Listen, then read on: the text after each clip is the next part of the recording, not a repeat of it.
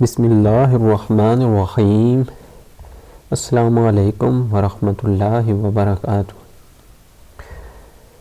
حضرت سعد نے 2 برابر حصے کیے، 30 گھوڑوں پر اور 30 گھوڑیوں پر، تاکہ گھوڑوں کو پانی میں تیرنے میں آسانی ہو۔ اس کے بعد دجلہ کو پار کرنے کا ارادہ کیا۔ جب حضرت سعد نے حضرت عاصم کو گھاٹ پر دیکھا کہ اس کی حفاظت کر رکھی ہے، تو لوگوں کو گھسنے کی اجازت دی اور کہا، پڑھو، نستعین باللہ ونتوکل علیہ وحسبنا اللہ ونعم الوکیل، لا حول ولا قوت الا باللہ العلی العظیم۔ اور وہ بڑا لشکر بھی مل گیا۔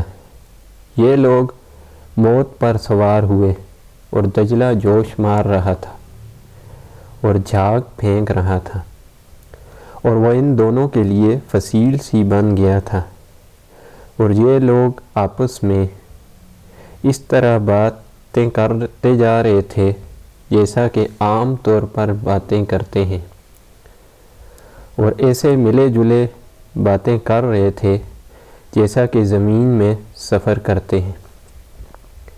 اس بات سے اہل فارس کو بڑا تعجب ہوا، جو ان کے وہم و گمان میں بھی نہ تھا۔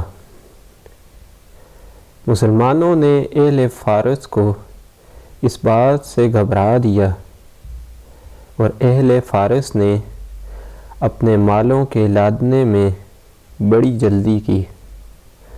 مسلمان 16 ہجری صفر کے مہینہ میں داخل ہوئے، اور ہر اس چیز پر جو کسرا کے مکانوں میں باقی رہ گئی تھی اسی رات غالب آ گئے۔ 1 ارب کا خزانہ مسلمانوں کے ہاتھ لگا، اور وہ سب مسلمانوں کے ہاتھ آیا، جس کو شیرویہ نے کسرا کے بعد جمع کیا تھا۔ ابو عثمان نہدی سے روایت ہے کہ پس یہ سارا لشکر چلا آیا، مگر ایک آدمی جو بارک کا رہنے والا تھا، جس کو غرقت کہا جاتا تھا، وہ اپنے سرخ گھوڑے کی پیٹھ سے گر گیا۔ گویا میں گھوڑے کی طرف دیکھ رہا ہوں، اور اس کے گھوڑے کی گردن کے بالوں پر پسینہ تھا۔ ڈوبنے والے نے چکر کھایا تو قعقاع نے اپنے گھوڑے کی لگام اس کی طرف کر دی، اس نے ہاتھ سے پکڑ لی۔ حضرت قعقاع نے اسے کھینچ لیا یہاں تک کہ وہ پار کر گیا۔ راوی کہتے ہیں کہ اس لشکر کی کوئی چیز پانی میں ضائع نہیں ہوئی، مگر ایک پیالہ جس کے باندھنے کی رسی بوسیدہ ہو گئی تھی وہ ٹوٹ گئی، اور اس پیالہ کو پانی بہا لے گیا۔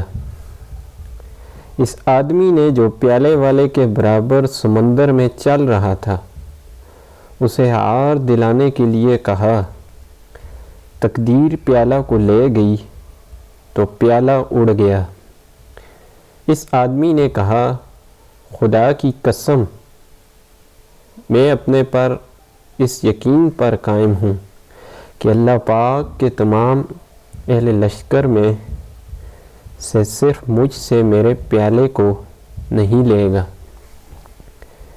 جب یہ حضرات سمندر پار کر گئے، اچانک وہ آدمی جو گھاٹ کی حفاظت کر رہا تھا، پیالہ لیے ہوئے تھا، اس پیالہ کو لشکر کی طرف لایا اور کہہ رہا تھا کہ یہ پیالہ کس کا ہے؟